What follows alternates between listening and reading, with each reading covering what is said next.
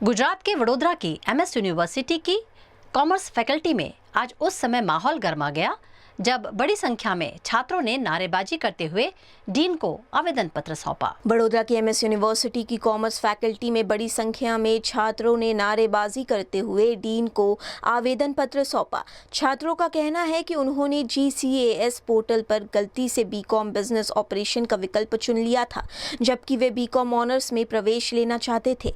ऐसे करीब 400 से अधिक छात्र प्रभावित है। सभी छात्रों ने प्रवेश परीक्षा दी है और 12वीं में 45% से अधिक अंक भी प्राप्त किए हैं।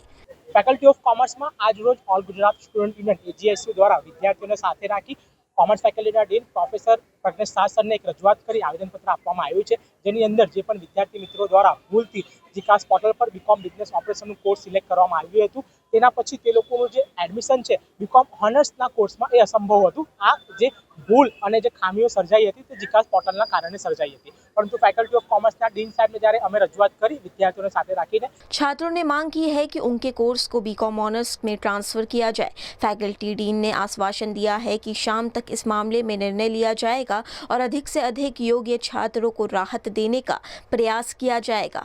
FY BCom आ વર્ષના એડમિશન જે દિવસે પહેલી વખત મેં અનાઉન્સ કર્યા ત્યારે પણ મેં કીધેલું કે વડોદરા શહેર અને જિલ્લાના દરેક વિદ્યાર્થીને સમાવવાનો અમે પ્રયત્ન કરીશું।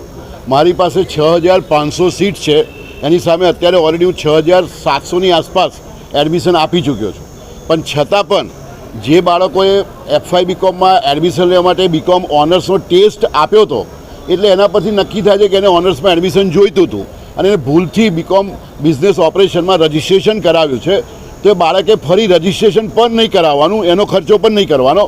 અને જો થશે આજ સાંજ સુધીમાં હું બધું વ્યવસ્થા જોઈ ગોઠવી અને લગભગ આ લોકોને એડમિશન મળે એવો પ્રયત્ન કરવાનું મેં એમને વચન આપ્યું છે અને કરીશું જ, કારણ કે વડોદરાનો દરેક બાળક બને એ સર સયાજીરાવનું જે સ્વપ્ન છે અને સર સયાજીરાવ યુનિવર્સિટીમાં મારે વડોદરા શહેરના દરેક બાળકને ભણાવવા જ છે, પહેલેથી હું કહું છું અને આ વાત મેં કાયમ કરી છે કે હું જોઈશ, વ્યવસ્થા ગોઠવીશ અને બનશે એટલા લોકોને સમાવવાનો પ્રયત્ન કરીશ। એટલે અમે સ્ટેજ બાય સ્ટેજ જઈએ છીએ। રેગ્યુલર એડમિશન પત્યા, એના પછીથી જે લોકો રહી ગયા હતા, ક્વેરીમાં હતા, એના ગઈકાલે અને આજે 2 દિવસથી એડમિશન ચાલે છે। આ એડમિશન આજે પૂરા થશે એટલે પછી મારી પાસે BCom ઓનર્સમાં એડમિશન માટે બાકી રહેલો કોઈ છોકરો નથી રહેવાનો। ત્યાર પછી હું આ BCom બિઝનેસ ઓપરેશનવાળા વિદ્યાર્થીઓ કેટલાની અરજી આવી છે એ અરજી જોઈ અને લગભગ અમે સોમવારના દિવસથી એ પ્રોસેસ ચાલુ કરીશું। આજ સાંજે હું ડિક્લેર કરીશ કે કેટલાને એડમિશન આપીશ, કેવી રીતે આપીશ।